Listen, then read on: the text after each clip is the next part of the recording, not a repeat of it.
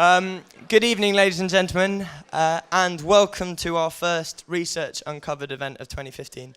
Before I hand over to tonight's amazing speaker, I just want to say a few words about this evening's event and about the initiative that is Research Uncovered.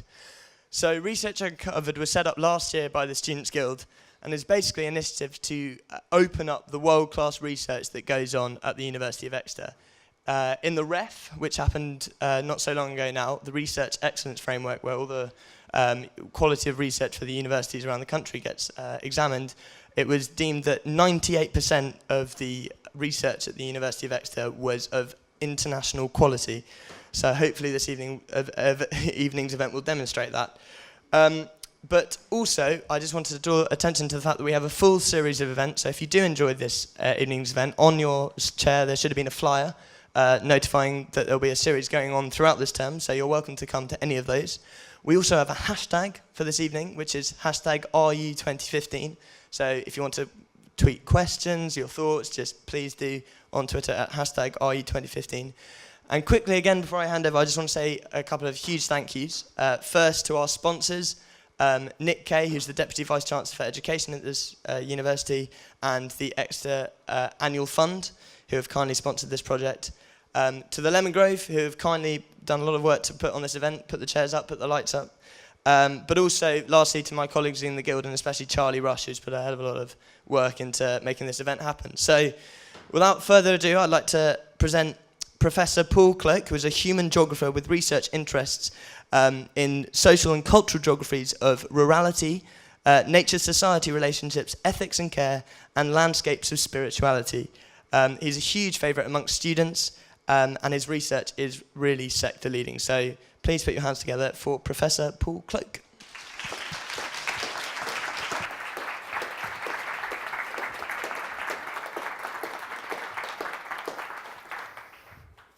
Thank you, Ben. I found out something about myself just then. That was great. Thank you so much for this invitation to speak. I'm amazed that so many of you are coming out in an evening to hear a geography lecture. Nice to see some of my friends in the back. If you hear any heckling, that's where it's coming from, hopefully, rather than anything else. So thank you for this invitation, and thank you for my lovely geography students who may have voted to make me do this. So thank you. Homelessness is the most significant and visually symbolic social problem in the UK. Certainly since 1990s and perhaps before. I'm testing out my Ellie Twitch now. Ellie, oh, brilliant, that's good, thank you.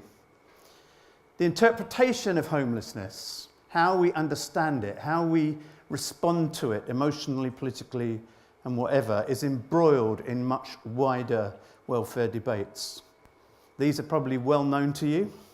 You'll probably have very different takes on them, but nevertheless, homelessness is an issue which catches the imagination for a whole series of reasons and across a wide spectrum of political, social and ethical viewpoints.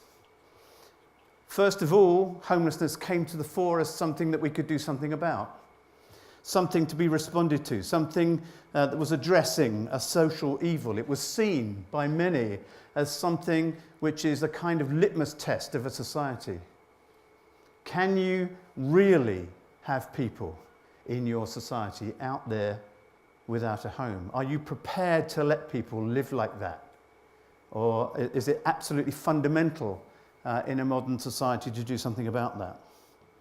More recently, of course, we've gone through economic austerity, leading to significant welfare cuts that are still happening. And along with that has been a very alarming apparent necessity to try and create something, this subject person out there, this undeserving person, suggesting that there are areas in our society of social ills, of poverty and homelessness that we shouldn't do anything about, that it's okay to vilify and exclude from public welfare. And this often applies to homeless people. And there are signs that early on in the 1990s we began to do something about homelessness. We began to find places for people to go and programs for them to work through. But more recently, there's been, I think, a laziness about the whole issue. and the prevalence, thanks Ellie, of the food bank industry that is coming on. And the next one, please. That has taken away the limelight from homelessness and almost giving us a feeling that homelessness has been dealt with. We don't need to worry about it anymore. There's a new set of foci around food poverty and whatever, which of course is very important. I want to tell you that I think there are clear signs out there that homelessness is growing again. And it's becoming a bigger issue now than it was a few years back. And so in this lecture, what I want to do is to try and delve into some ways in which geography has dealt with this issue, has researched it. And I'll be dealing, with some work that I've done with others. In this case, a book called Swept Up Lives with John May and Sarah Johnson. Now, many of my pictures tonight will be fuzzy and pixelated as an ethical maneuver not to show particular faces. Sarah just doesn't like having a photo taken. There's almost nothing available on the web. Of all these self-serving academics who have 15 different sets of photographs of each other out there, she's only got this very rough one, so apologies for that. But these are my colleagues, and I want to give them due credit for the work that has happened. And in the next slide, that shows some other work we've done on rural homelessness, a futile attempt to persuade governments that homelessness exists in rural areas, because the absolute given is that actually homeless people will always move to a city. They won't stay in rural areas. It's not true. And that there is a considerable amount of, it's not on street, it's in field homelessness, but also hidden homelessness in rural areas. And then more recently again, thanks, is a report that we've just completed, some colleagues in geography and myself in Exeter, which I'll return to. Now then, how does one get hold of this issue? How do you grasp something like this? As the next will show, my career started in the middle of Wales, in Lambton, a very small town, and where there was no kind of public evidence of homelessness, and it wasn't something that particularly caught my attention. But then next, we moved to Bristol, a city where just down the road from the geography department, there is in Clifton and a kind of immediate on-street presence of homeless people when I moved there in the 1990s. Something you couldn't escape. Something that was very difficult to kind of ignore. And for me, something that there was a kind of experience of something in my face, a need in my face that I couldn't ignore. Now, for some people, of course, it's an entirely different emotion. But for me, this led me into volunteering in a night shelter for nearly a decade and to begin to get interested in how to do research with these people in such need. Of course, there was a very different slant on that as well. Ellie, next. And the local paper ran a beggar off campaign, trying to get rid of homeless people from those streets. So there's always this tension going on between those that want to care and take a positive attitude towards dealing with homelessness as an issue and homeless people as individuals, and those who want something else to just sweep it away, hence these swept up lives kind of arguments. And so it was at that point that I began to kind of think, how do we do this? And in particular, I got to know one guy, I'll call him Chuck, which was the pseudonym that we agreed before he died. And we chatted for hours and hours and hours about his life and the lives of other homeless people. And I owe such a lot of my kind of emotional interest in this thing to Chuck in Bristol in that kind of respect. So how do you begin to do this? You begin to read stuff. Next one, Ellie, thanks. So I began to read the work being done by someone from University of California in Los Angeles, Lois Takahashi. And I was interested to know not about why do people so hate homeless people, which seemed to be coming out on that Bristol scene, but why is it? What is it about homeless people that many people find so disturbing, which I think they do? Why is it that there isn't just an outpouring of compassion and care, but actually there's often an outpouring of something else?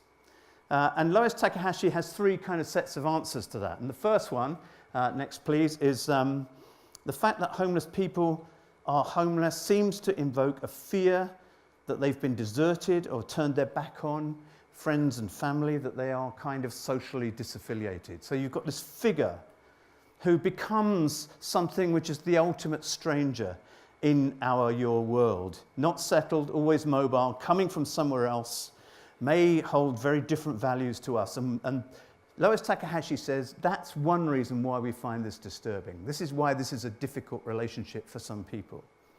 Secondly, next please, it's because mostly homeless people are unemployed, they're economically unproductive, or they're perhaps perceived as some kind of economic burden. And society places so much emphasis on economic activity.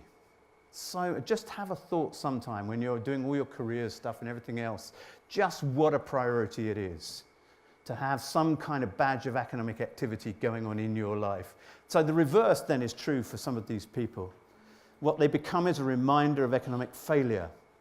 And local politicians and business leaders just cannot risk admitting to that failure. In a world where cities compete with one another for investment and tourists, you certainly don't want a whole bunch of homeless people hanging around on the streets, reminding people of the other side of the economic success of any village, or any city rather.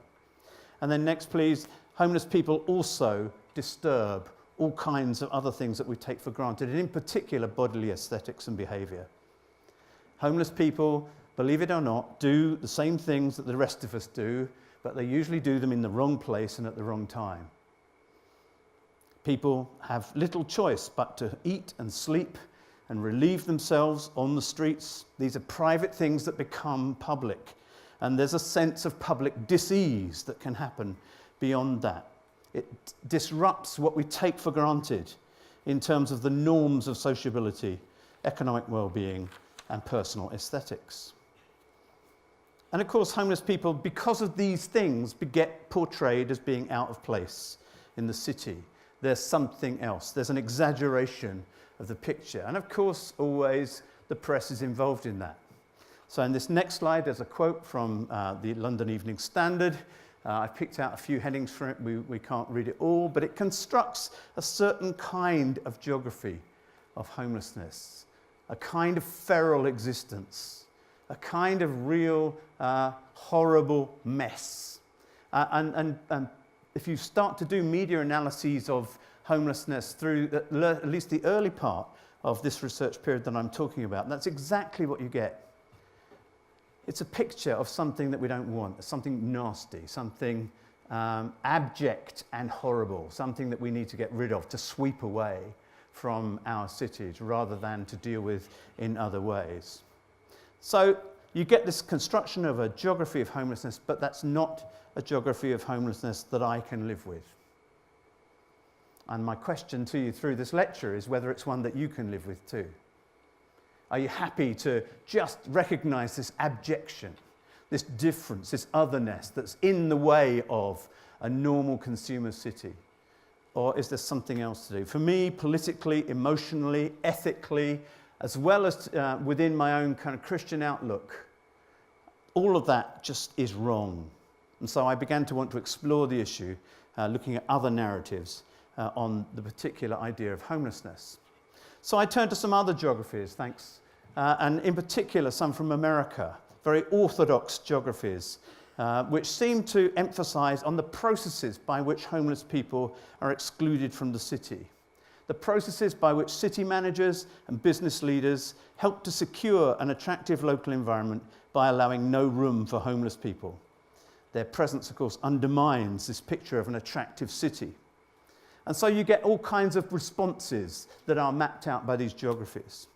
First of all, there are measures to make it difficult for homeless people to survive on the streets.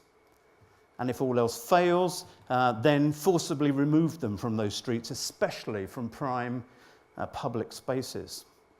Next, please. And so in city centres in America and in UK and Europe, there is a gradual redesigning and policing going on, which purposefully seeks to exclude homeless people from key areas. And sometimes it's subtle and sometimes it's very obvious.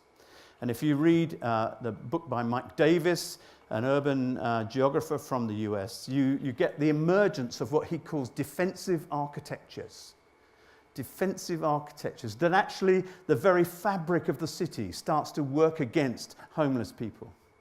So in this case, seats are divided into sections so that homeless people can't sleep on them. Sprinklers are set up in those places where homeless people are known to sleep so that they are wetted before they can sleep properly. And key buildings are just protected in those kinds of ways. And these other strategies are perhaps more aggressive. In the US, whole bylaws against people sleeping out in the name of anti-camping. And in the UK, no drinking zones, no begging zones, the use of ASBOs, but, to deal with homeless people. These kind of pretend, of course, to be doing something else. But very often, these kind of regulatory mechanisms are being used to push homeless people out of those kinds of areas. And picture there of a policeman in Bath, their zero tolerance campaign against homeless people having any public presence on the street. And in some places around the country, policing has been at that kind of level. The second strategy, next one please, is to contain homeless people in more marginal parts of the city, in skid rows, if you like, where homeless services, shelters and drop-ins become restricted to these particular dead parts of the city. And even then you get gentrification nibbling into those spaces, trying to push them even further away from the key core of the city. Now, these orthodox geographies are really interesting. I think that they're not wrong in any way. These things are happening, but differently in different places. But I just feel that that's a very limited kind of understanding of homelessness. If our main task is to look at these social maneuvers that sweep people aside. And I, just as an aside, would suggest that sometimes it's very sexy academically to present dystopic visions of the city, to emphasize the dark and the pessimistic, because what it enables academics like me to do is to position ourselves as the ultimate radical critic. We can stand aside from all these realities and we can start to kind of show, well, we know what's going wrong, we have all these mechanisms in mind, and whatever. We're the only people with the observational powers and the analytical arsenal necessary to see through this devious design of capitalism and reveal the truth about homelessness. And it's a bit false, to be honest. It's something of a setup. It's taking a particular perspective on homelessness for a particular set of reasons. And I think there are at least 3 problems with those kinds of accounts within my subject. The first, next please, is to do with the fact that we borrow too much from a United States context. Homelessness in Britain may be a bit like it is in the States, but it's not exactly like it is in the States. We don't have skid rows as such. We find homelessness in different kinds of places, which might be in isolated squats, or it may be in certain areas of the city, as in Exeter, where services cluster. But it's not, there is prohibition, there is pushing people around through these kind of regulatory things, but we don't have these skid row effects as yet in this country.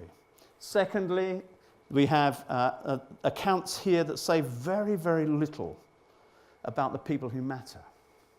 They say nothing at all, really, about homeless people themselves.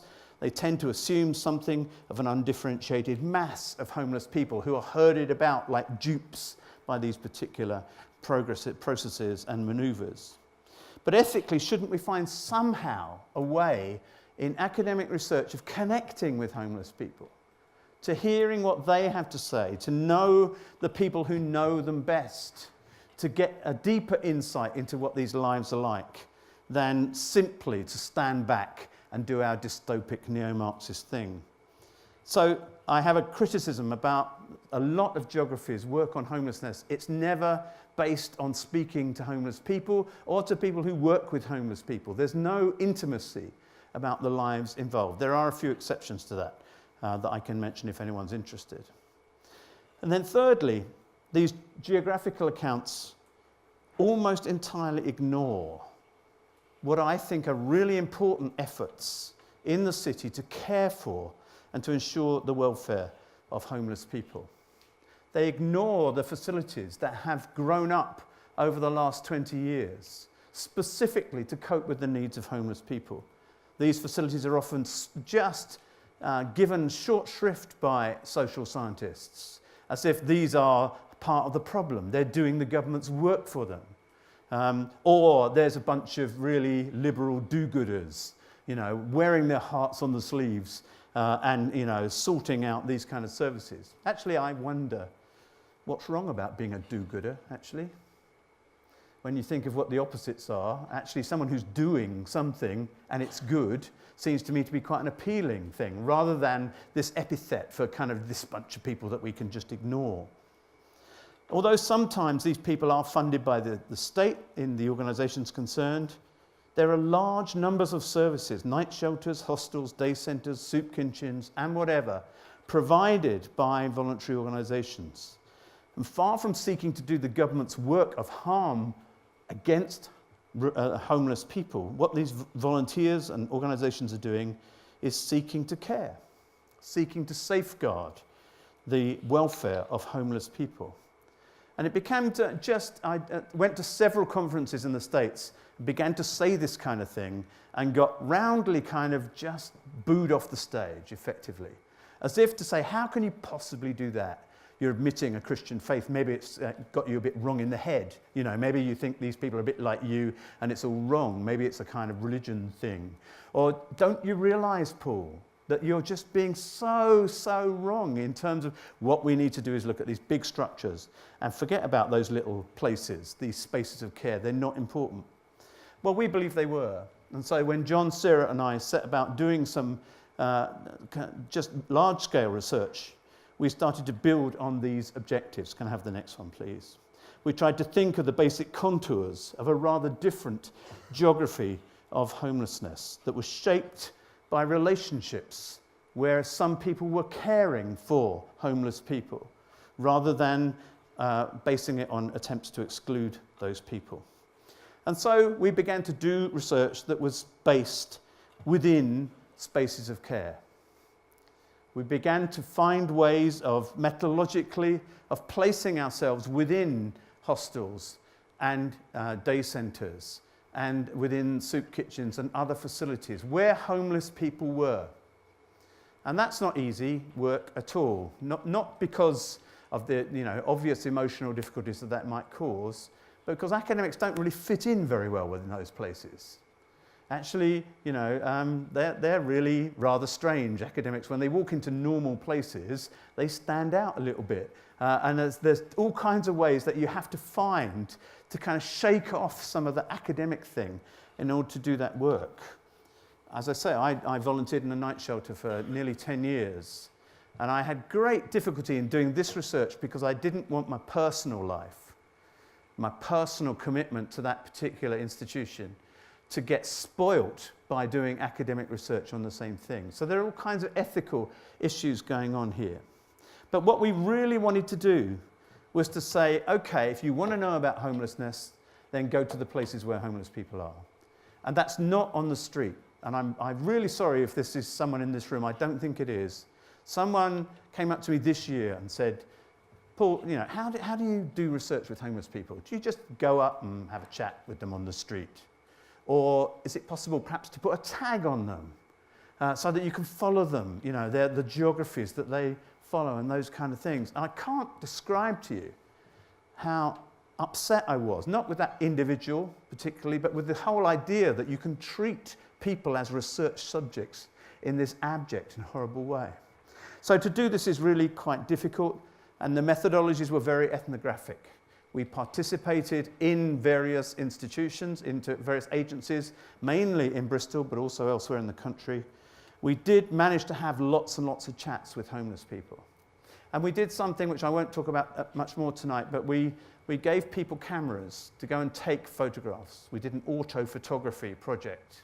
And we asked people to go and take pictures and come back and talk to us about the places that were precious to them that they'd taken photographs of. You wouldn't believe some of the illicit stories that we kind of came through that kind of mechanism, and I'm certainly not going to tell you about them, but it was actually quite a really interesting way of trying to do this. And we worked on a whole range of things, but in particular, next one please, we I want to talk about one part of that tonight, which is about day centres. How day centres began to emerge in the late 70s and early 80s to meet the needs not being met by government. The vast majority of these agencies were run by voluntary sector organisations, relying on volunteers to supplement paid staff. Many, many of these organisations were faith-based organisations.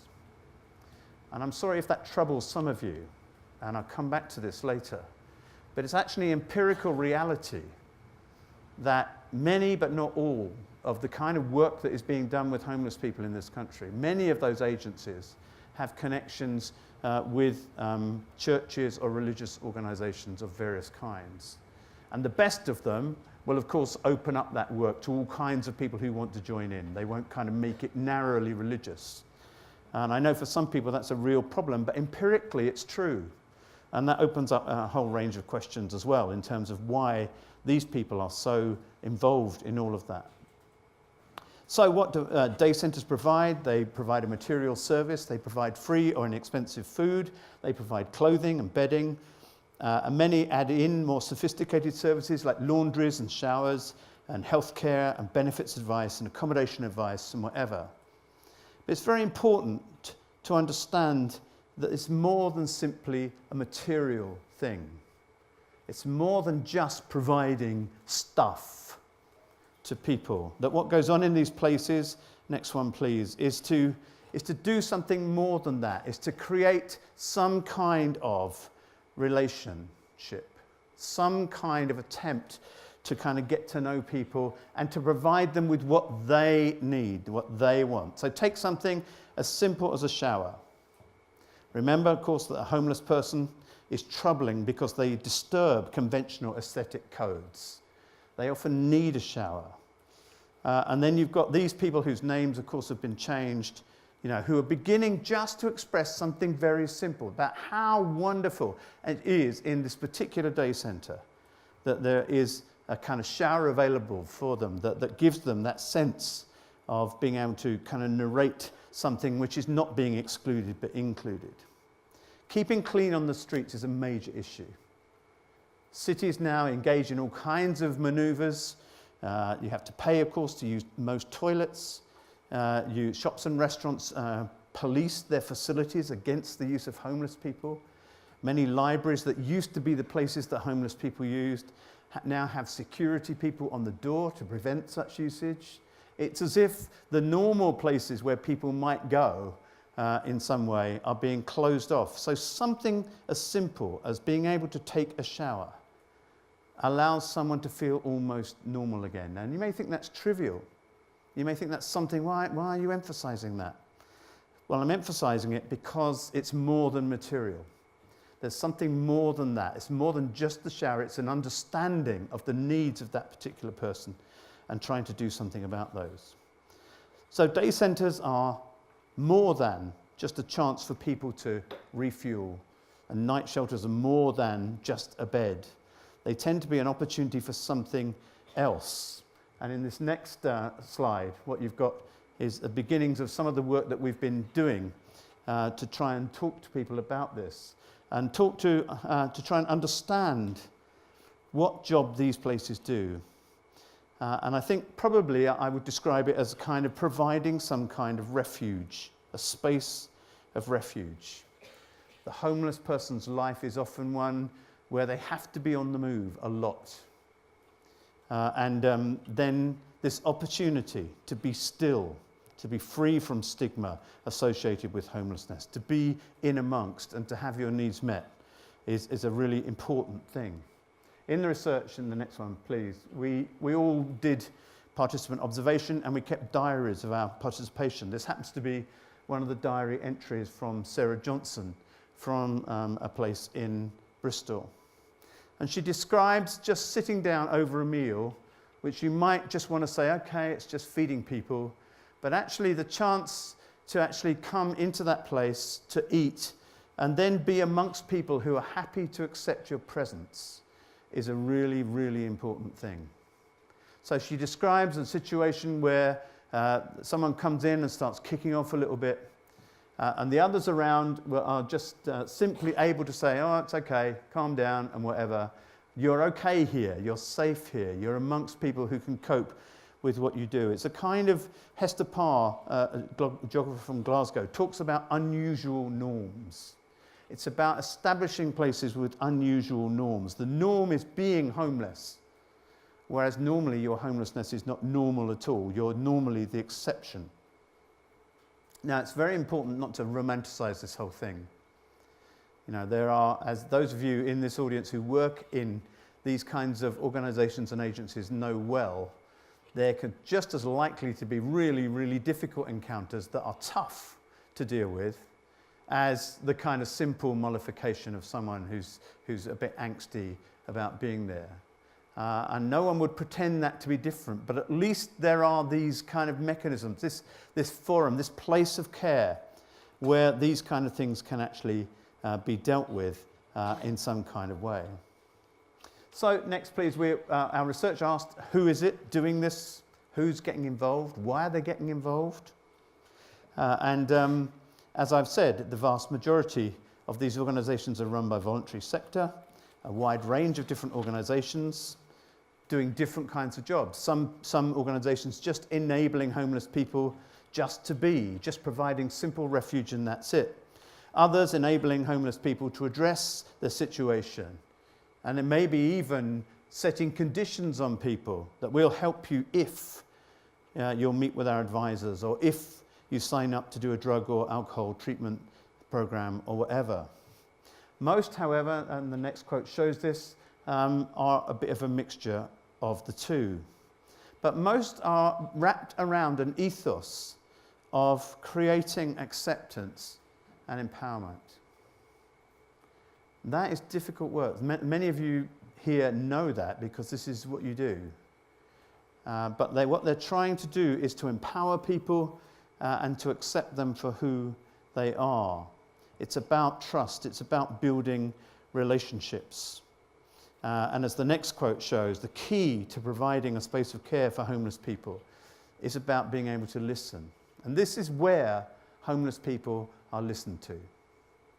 By and large, and it does happen when people are out on the street for whatever reason, begging or selling the big issue or whatever, there is some listening goes on there, but mostly it's in these spaces that the real stories of homeless people are heard and where they feel able to tell their story in these kinds of ways.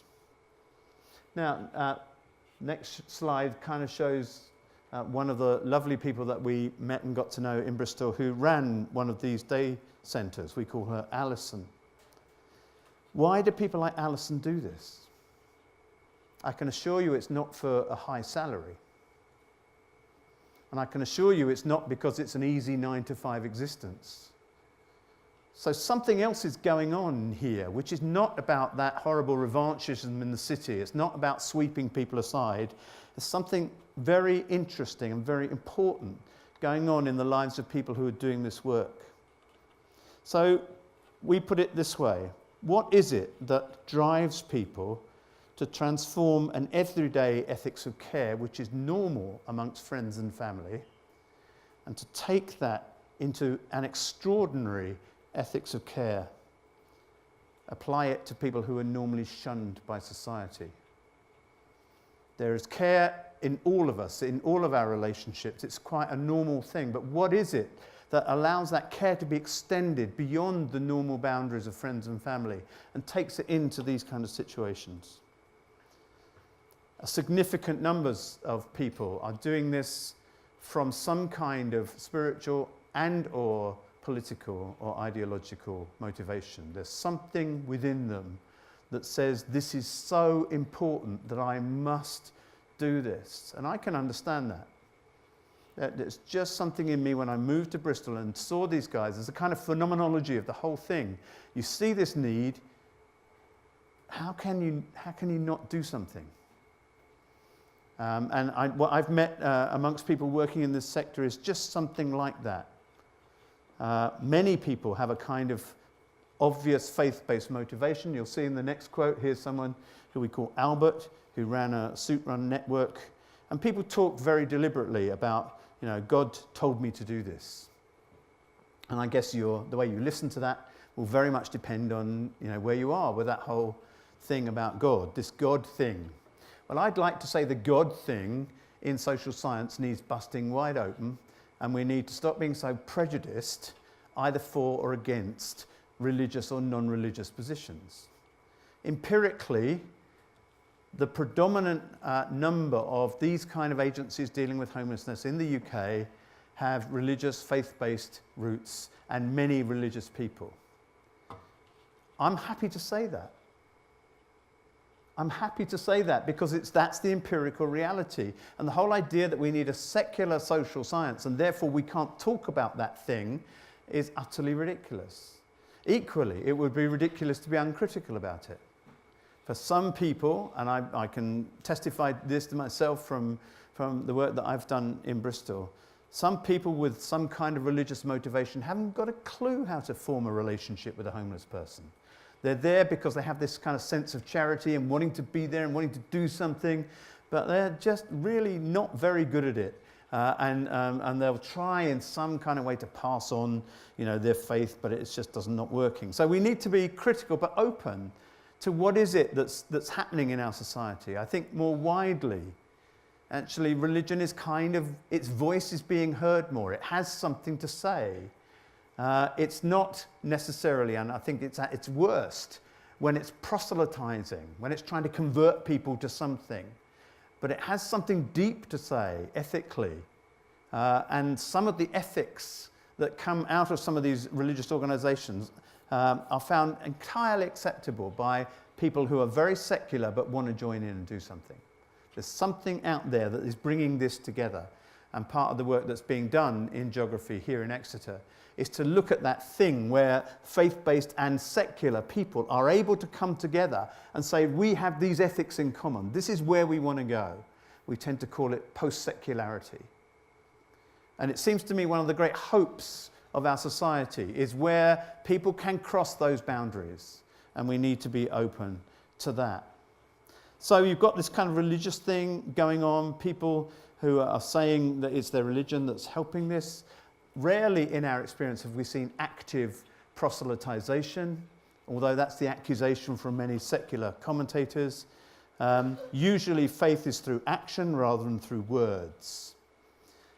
Now, please hear me clearly. I am not saying here that caring ethics can only be displayed by religious people. Clearly, that's not the case, and it would be stupid to say anything like that. But what I am saying is that even avowedly secular organisations often articulate an ethos that seems to be very similar to some of the things that faith-based people are trying to do. In this next quote, you've got a kind of a little sign of that, I think, which is just to kind of say about unconditionality, coming to people without conditions and being able to kind of relate to them. Even now, geographers don't use the word love much, but I'm going to. What's at the heart of a lot of this is something about an unconditional ability to love other people despite them being different to you. And that unconditional love, it's sometimes called agape in the Christian tradition. It's linked with charity and caritas. It's at the heart of a society being able to respond, whether you're secular, faith-based, or somewhere in between, or nowhere near. That is the point. That's what turns these ordinary ethics that you do every day with friends and family into something extraordinary, where these kind of things can happen. And so I don't fear the emergence of faith-based organisations in social welfare. I only fear if they become kind of government mouthpieces.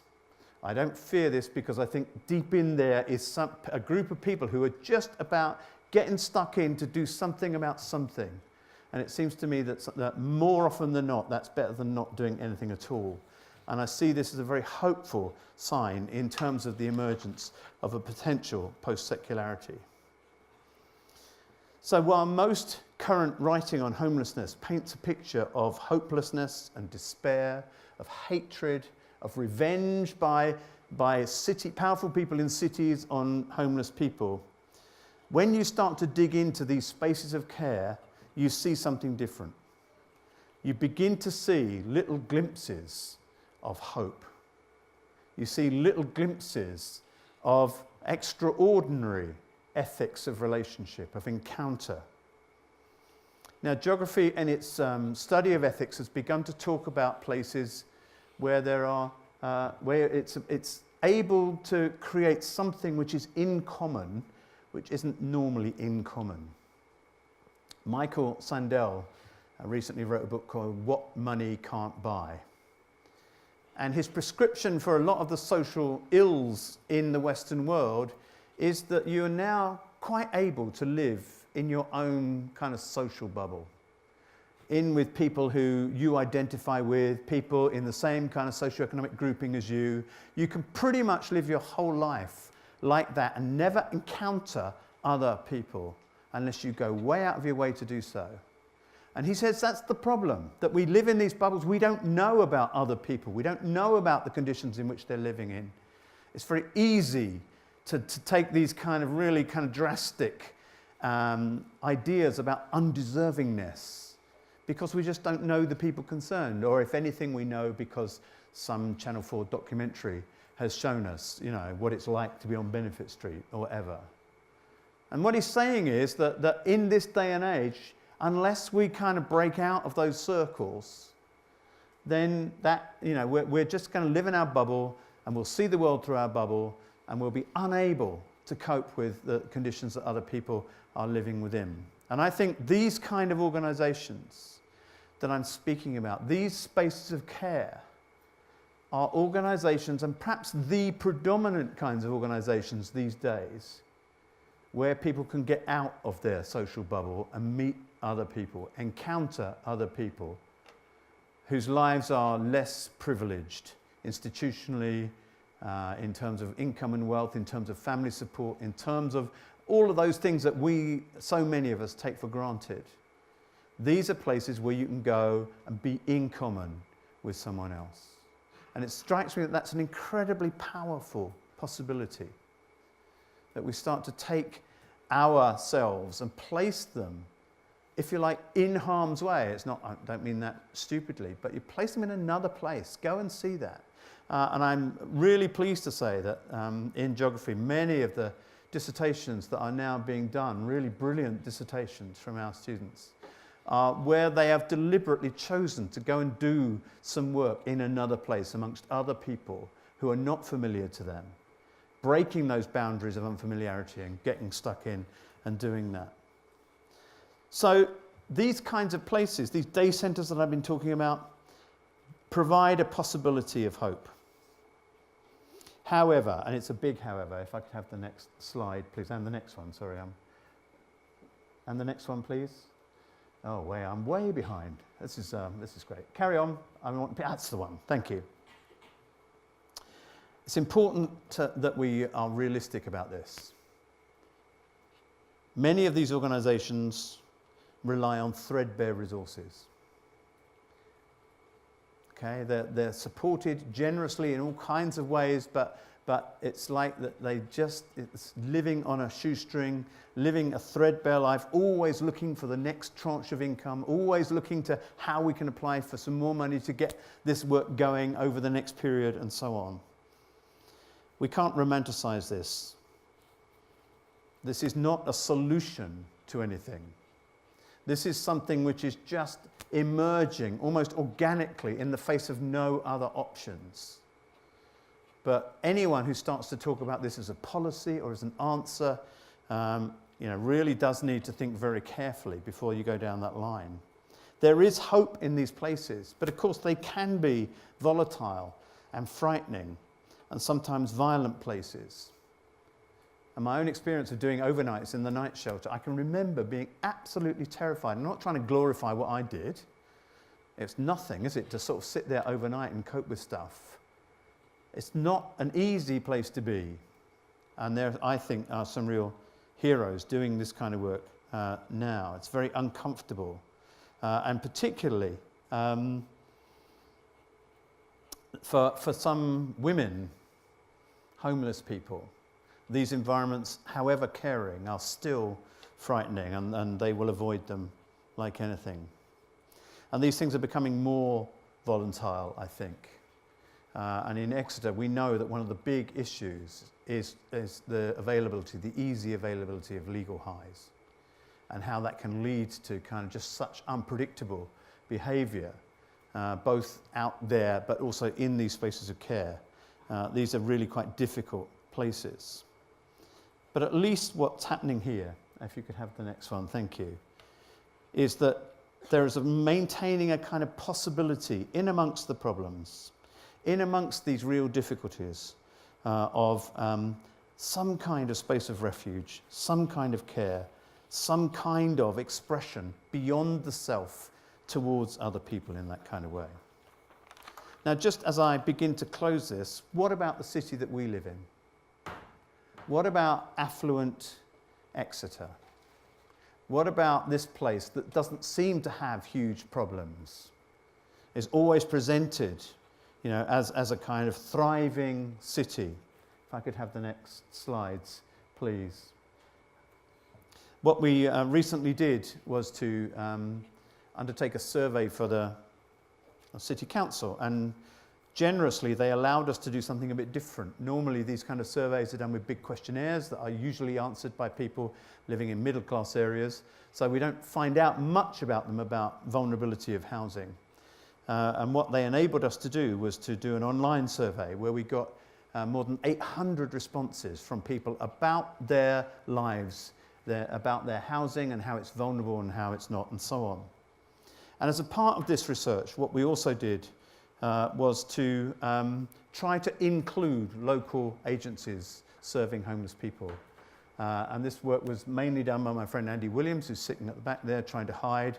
I did invite him to give me a photograph that was flattering, but he didn't, so I found this one instead. But Andy did amazing work. Just again, trying to find a way to escape this kind of social science academic thing and to actually be at a level which can connect with homeless people and the people who are serving them. Now, Exeter, if I could have the next slide, please, it has, of course, its threads of revanchism. There are very clearly in this city quite strong currents of anti-homelessness, particularly in terms of the kind of things that I was talking about earlier. The desire to have a shopping centre which is free from people who are obviously homeless or begging or engaging in behaviour which is not conducive to shopping, if I can say it that way.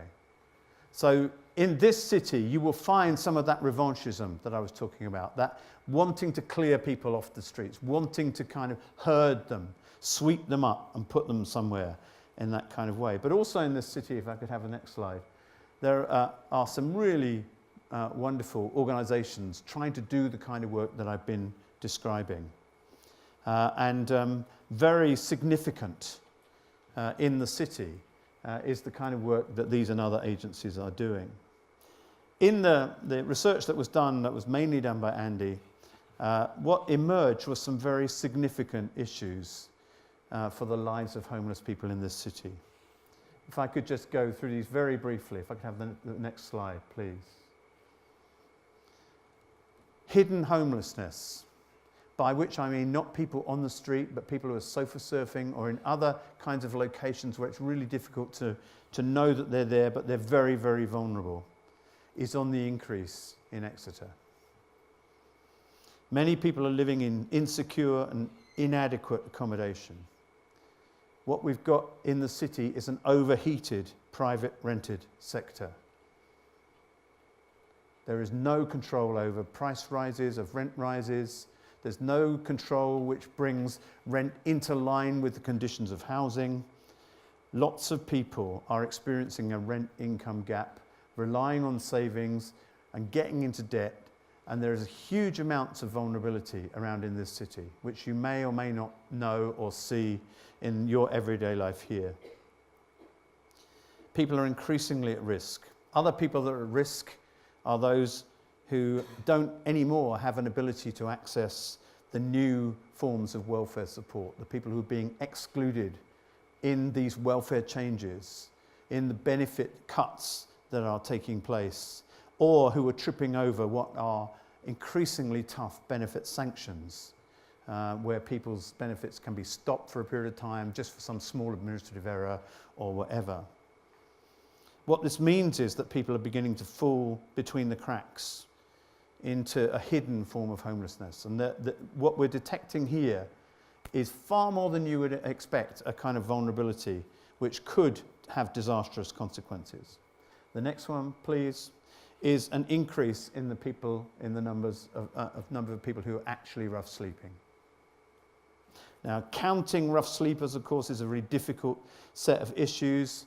There's a street homeless outreach team in the city whose task it is to count numbers, and I would do them no service in such a publicly filmed lecture to start talking numbers, because these are all fairly contentious and confidential in a way. But what I can say is that the numbers of rough sleepers that are being counted has gone up by 50% over the last year. And that, of course, ignores all kinds of numbers of people, probably twice the number, who are hidden from those kind of counting procedures. I mean, you only get to hear of this when there's a storm and a tree comes down on a tent and a homeless person sadly dies. That's the only time those things come into the public eye. The next one, please. Because of that rise in the amount of homelessness, existing facilities are getting more and more and more stretched. Any idea that we've got this all sussed in Exeter, that we have organisations that are being properly funded to provide places for homeless people, any such idea is incredibly dangerous to assume. There's an increasing demand as public sector spending cuts put pressure on facilities, and with increasing numbers of homeless people, there is now insufficient space in the city to meet the demand from homeless people.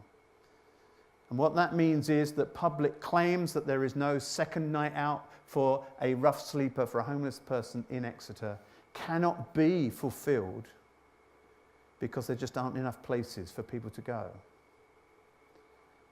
So imagine what those lives are like in weather like this. Imagine beyond my bubble, beyond your bubble, the lives of homeless people that can just be swept aside by those kind of statistics, but actually are absolutely fundamental, in my view, to what you might call a society that you can be proud of. I'm not proud of our society. I'm not proud of this. Something needs to be done. Certain groups in particular, if I can have the next one, please, have become left out of the picture. A major group being left out now is because we lack a woman-only hostel and refuge in the city. We had something that was like that, but funding for that function was withdrawn, and there is now no place for women to go just to be amongst women. The nearest, I'm led to understand, is Barnstable. And how do we deal with women who are experiencing domestic violence and other sorts of issues which we know to exist but are always under the covers, always hidden? How's that happening? Well, the official policy is that we're dealing with them in their home rather than providing anything for them. And I just want you to kind of I'm getting emotional, but I'm not trying to get you emotional. I'm just trying to say there's got to be a line somewhere, hasn't there? There's got to be a line that is just not acceptable. There's got to be a line where all this other stuff that we've talked about austerity and welfare cuts and all those kind of things, actually produces conditions which are just not acceptable. If I were a woman experiencing domestic violence in this city or in this region, God forbid, but we know it happens, then I would be a person that this city is letting down. And it's not just those kinds of issues, there are also huge problems for homeless people who are dealing with a dual diagnosis of homelessness and mental illness. These are real lives. These are the lives of homeless people. This is what geographers and other social scientists should be really understanding and getting their heads around and being really firm in terms of what goes on. If we get to the next one quickly, there's also a real lack of move-on accommodation for people. Once they've gone through homeless facilities like Gabriel House, there are huge barriers for them to be getting just a simple rented accommodation beyond that. We almost set the target so high, both in terms of what that accommodation costs and in terms of the deposit you have to put down before you start, and in terms of the references that you need to carry with you, and the stigma of being on benefits or having been homeless. Everything works against those kinds of people. They provide huge barriers to access that private rental. And then next one, there is a huge need also for, these are all very big areas of support, there's huge need for what we might think of as softer support. People who would just get alongside homeless people in this city, help them fill out forms, help them to understand some of the procedures and so on. It's time for me to conclude. If I could have the next one, thank you. What I'm trying to say through this lecture is that we need a different understanding of something like homelessness.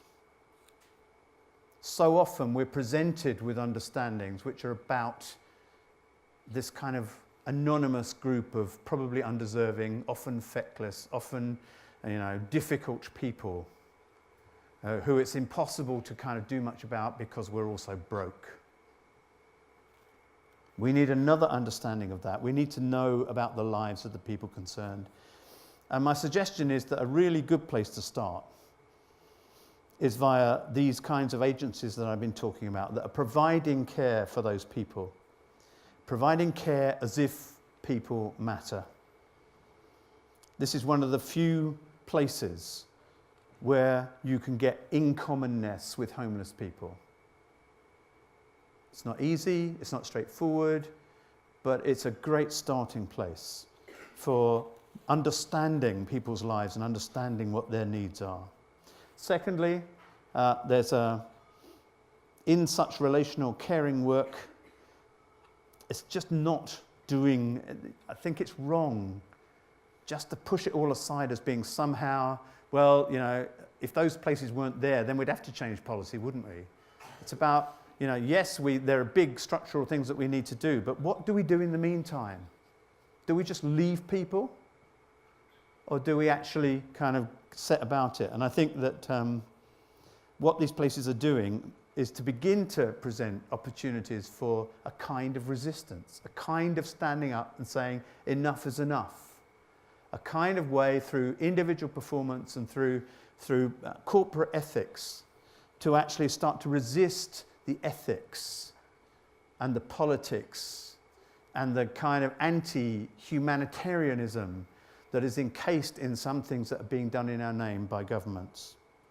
And then lastly, I'd argue further that these sites of relational care are also possible places where we can start to build new public movements in which there's potential for staff and volunteers to build networks of more progressive ethics and more progressive politics that builds a groundswell that actually starts to say this enough is enough, loud enough, and along with other people in other places, so that actually something can be turned into much more of a kind of national movement.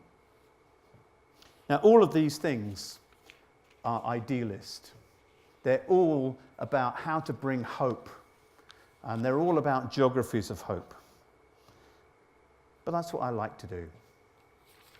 And I just think that actually some of those geographies are where we need to be focusing as we move forwards. Thank you very much indeed.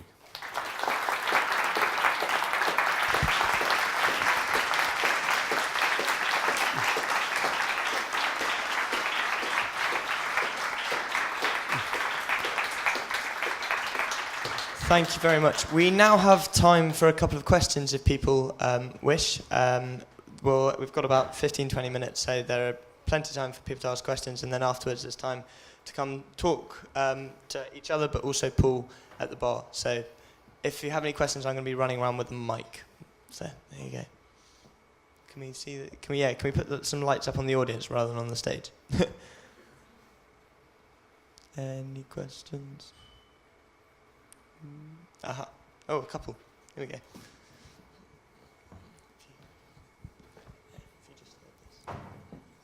I was wondering towards the beginning, where do you think this active vitriol comes from?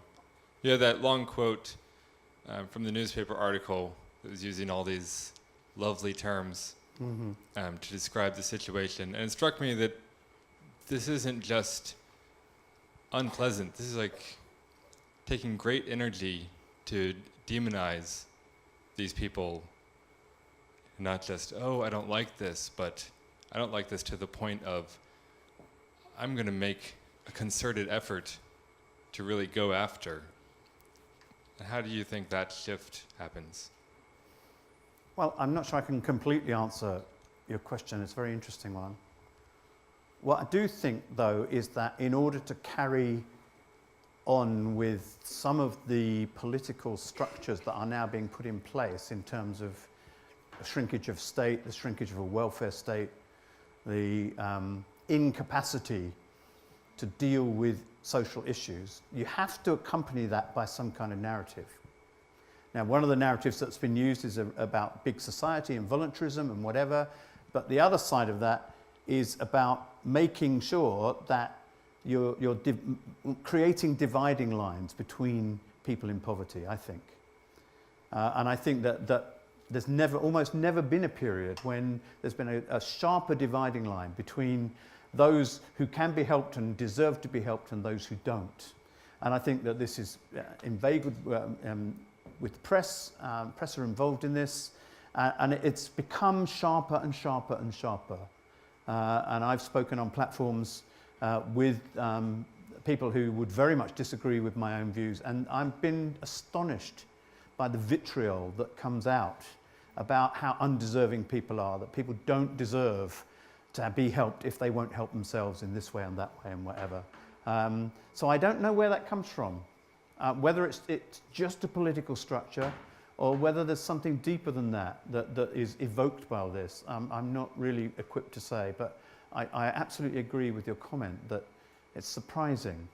And it's something, I've written elsewhere on the idea of evil in society. Now, not that I'm a kind of, anyway, a kind of fundamentalist preacher preaching evil, but I do think that we need to look for where are these roots of those who are willing to be so nasty, as is as shown in that kind of quote.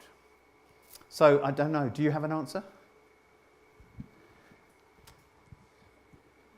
Without not wanting to get into too much psychology, but I think a way of dealing with that extreme discomfort and guilt is some recognition that I should be doing something about this, but I'm not, or I don't want to, and that makes me feel really uncomfortable, so how can I push these people away? Okay, they're evil, so I don't have to worry about them. Or some way of compartmentalizing or dealing with that insecurity. Yeah.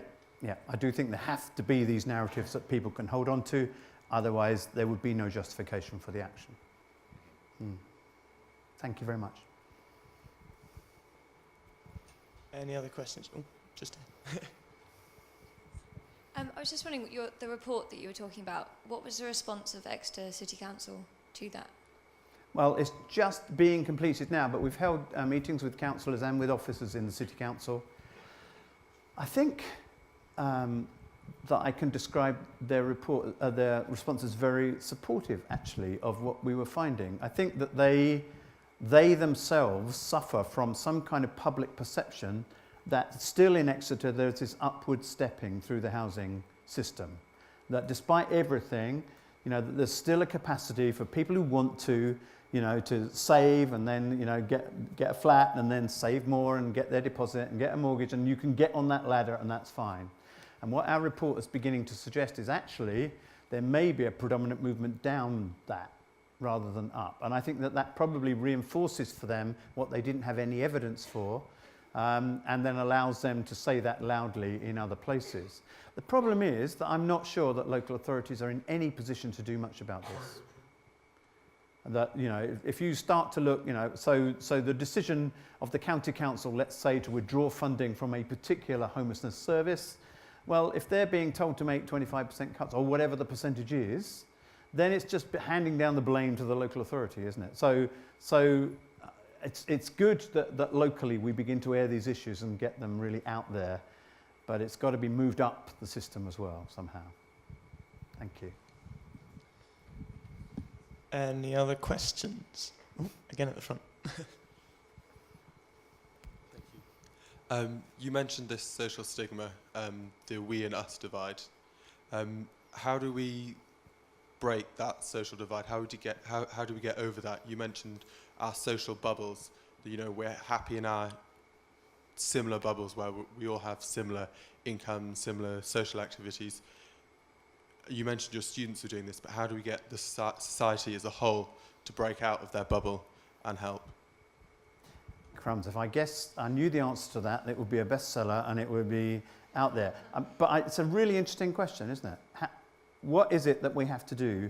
I mean, it comes down to actually recognising the need to do it to start with. Whereas actually, I think, you know, in most of the consumerism in our society is actually pushing us closer to the centre of these bubbles rather than the way to the edge. So why would you want to do alternative stuff? Well, maybe you get that charitable, that caritas or agape instinct in you that actually says, as it has to some people in this room, I just got to do something about that. Or maybe it's a kind of inquisitiveness that takes us out of the comfort zone that we live in and gets us involved in volunteering or all kinds of other things like that. And I know in the university there's lots of that goes on. There needs to be something in individuals, and that needs to be equipped, of course, by organisations like the Guild, but also but some of the agencies that I've been talking about. It's really very important. And I you know, without wishing to be in any way prejudiced, I think, you know, people suddenly become different people when they discover other to themselves. That it's a really important thing. I think, you know, if I were writing the manual for parenting, and I've been through this twice, so I've tried to do this with my own kids, I would get them out there into places, and you know, even if it's difficult, so that they have a kind of multicultural, multi-social kind of upbringing that actually widens them as people. It's as basic as that, I think. Thank you. There was a question in the middle, if it's still there. Brilliant. Thank you for such like a moving talk. I was just wondering, it's sort of related to the last question. What do you think we can do at like a local and a like national level to combat this issue? Okay. Locally, there are all kinds of opportunities for people to get stuck into something in terms of, you know, the kind of social welfare volunteering that's available. You don't wander into this lightly, but if it's something that you want to do, you want to, you know, become more in common with other kinds of people, there are ways to do that, and there are organisations that will help you to do that, train you properly to do it, and that's always possible. I just love some of the social entrepreneurism that's going on at the moment.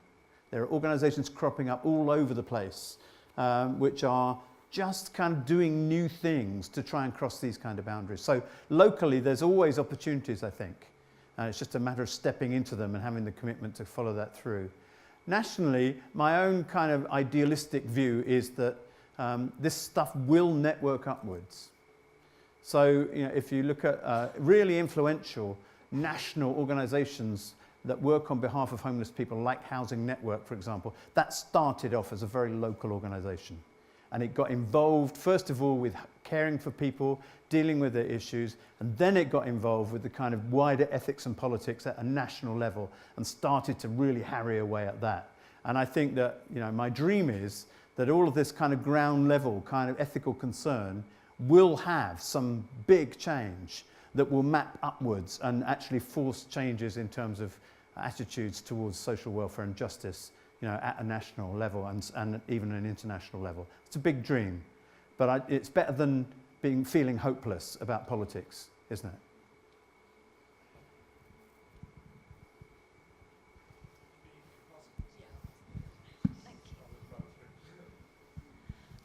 With the social stigma and prejudice, did you find in your research that it related to a particular age or demographic in the city? You mean the people doing the stigma or receiving the stigma? Being the stigma. You mean the homeless people themselves? Or do you mean people who are... No, sorry. Right, okay. Yeah, the people who So, are prejudiced. I think that there are, the work that Lois Takahashi has done shows that there are deeply kind of psychological things going on. And that there's a lot of psychoanalytical things that we can understand. And I'm not immune from, I don't want anyone to think that somehow you get immunity from this. That actually it's really, so I think it's probably true of the experience in this room of people who are working with homeless people, that you're going to get days and nights when you're completely naffed off with it. That where you're kind of thinking, these are kind of the worst people I've ever met. Why on earth am I doing this? There's a reality about it. But it actually, so there's something in us all that has that possibility. It's where it's enabled to create a kind of public collective that it becomes really forceful. And where you've got certain kinds of ways of managing cities, of regulating them and policing them and whatever, where you've got statements, big political statements, which seem to suggest that you can kind of sweep aside certain sections of the population, that gives room for this stuff to come. So I don't think it's just kind of old people or young people. I don't think it's, I think it's something deeply psychological that allows the possibility. And then that there are places and situations where that emerges quite strongly, often collectively, sometimes specifically politically as well.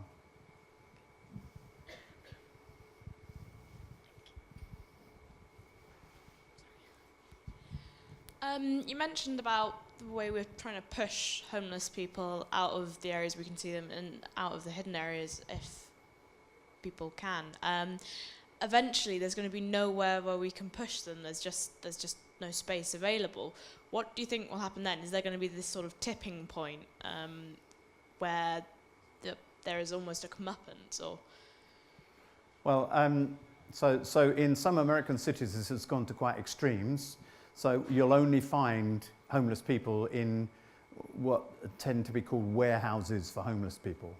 So they are pushed and pushed and pushed into these kind of holding areas and not allowed out anywhere else because it's so heavily policed.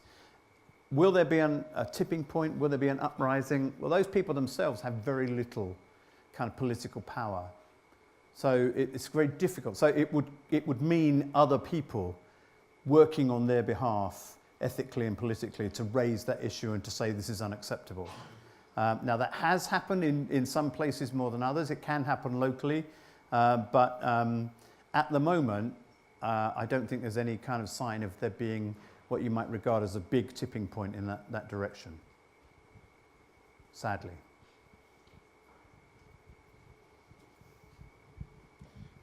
Hello. I was quite recently in Manchester Museum, and the Metropolitan Police of Manchester had this exhibition or this stand in the museum that said, "Don't feed the crime," and it was related to homelessness.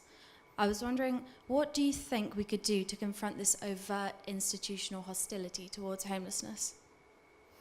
It's interesting that comes from a number of different groups, including some that you might expect to be really concerned about the welfare of homeless people. So, what can we do? Do you know, I don't know. I'm hopeful that this will rise up from small networks of activity. But it's such a big thing, isn't it? It's there is still in a lot of cities a kind of regulatory wish to make this city pretty much homeless person free, or at least to have people out there somewhere. And there's so much political vitriol that goes with that. so you just vote those people out. In a city like Manchester, that's possible, maybe. But it's really hard because it's so entrenched. I don't have an answer. Maybe other people in the room have an answer. There's people here who know more about this than I do. But yeah, it's a really tough question. Thank you, though. I think we have time for a few more questions and then we'll finish up. But can I just ask a quick question to the young lady that asked the previous question? Did you go up to them and ask them to take it down? Yes. Oh, good. They didn't. well done.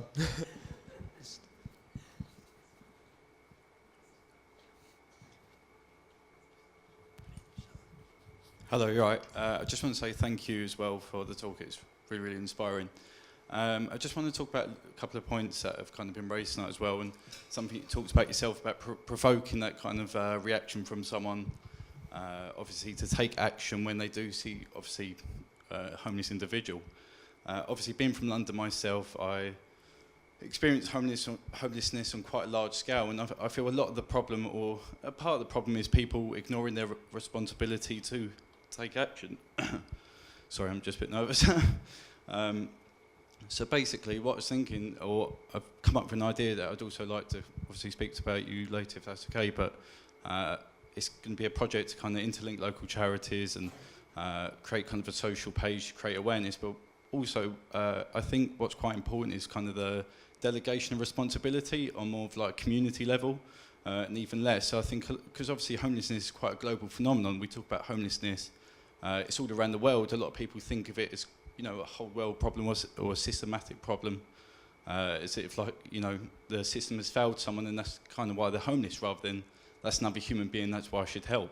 So I was just wondering, in your experience, have you encountered any interventions that have worked with people on kind of a very local level, and how their reaction has been to kind of taking action? Whereas obviously in somewhere like London, if you used to obviously try and implement kind of an intervention for people to help, you know, in fact, you know, 16 odd million people, it's quite hard to get, you know, to provoke a response, isn't it? Whereas if you do it on such a kind of local scale, it's a lot easier to get people involved in their community. So I'm getting from that you're interested in how the provocation of people to get stuck in and help. Yeah, so what's your experience? Obviously, like you said, you've probably, I mean, you've done work in terms of kind of with the church and things like that. I mean, that's quite a community-based kind of concept. So, I mean, what has your, I don't know what kind of scales you've worked on, but in your experience, in terms of kind of smaller communities compared to larger communities, how have you found people kind of take action more, or? Yeah, I mean, that's a really interesting question, because part of my research life has been involved in rural areas, for example. And mostly rural areas are full of people who don't know that homelessness exists and therefore aren't even thinking about doing something about it.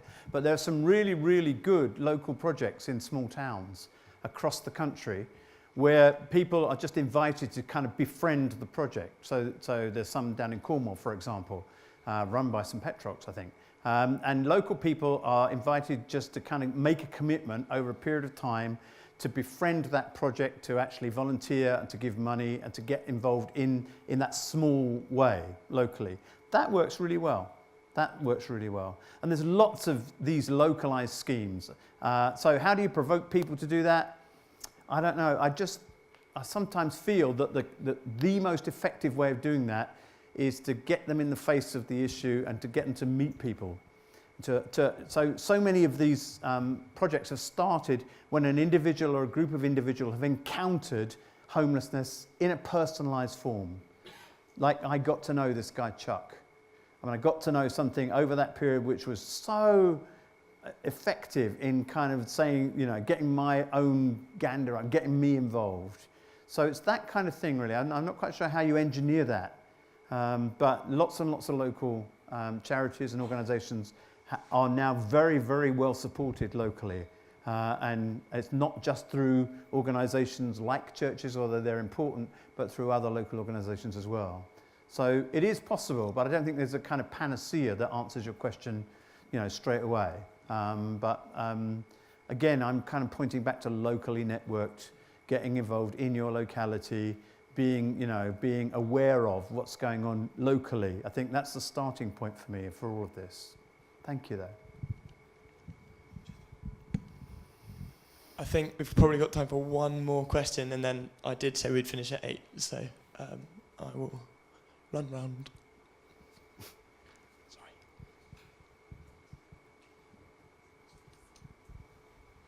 Yeah, so thanks for the talk.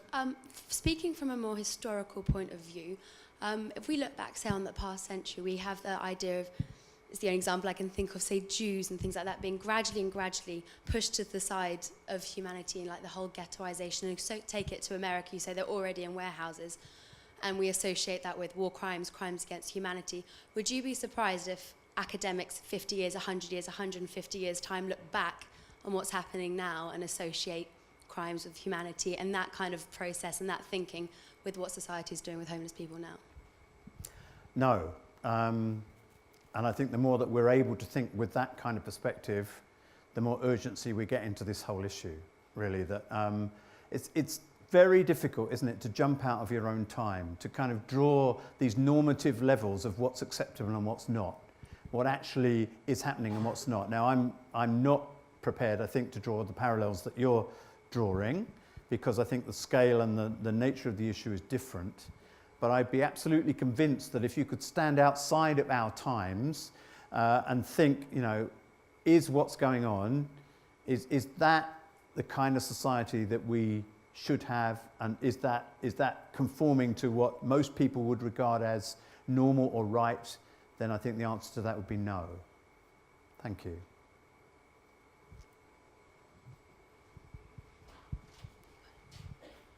Brilliant. And on that note, I think what we'll do now is we'll finish there. I just wanted to say some final words. First, I think it's fair to say that it's been an absolutely amazing talk. I know a word that is often bandied around with research is impact, and I think the clear thing about this is it's having a huge impact and really changing lives. So I think it'd be really great if we could all put a hand together for Professor Paul Cloke.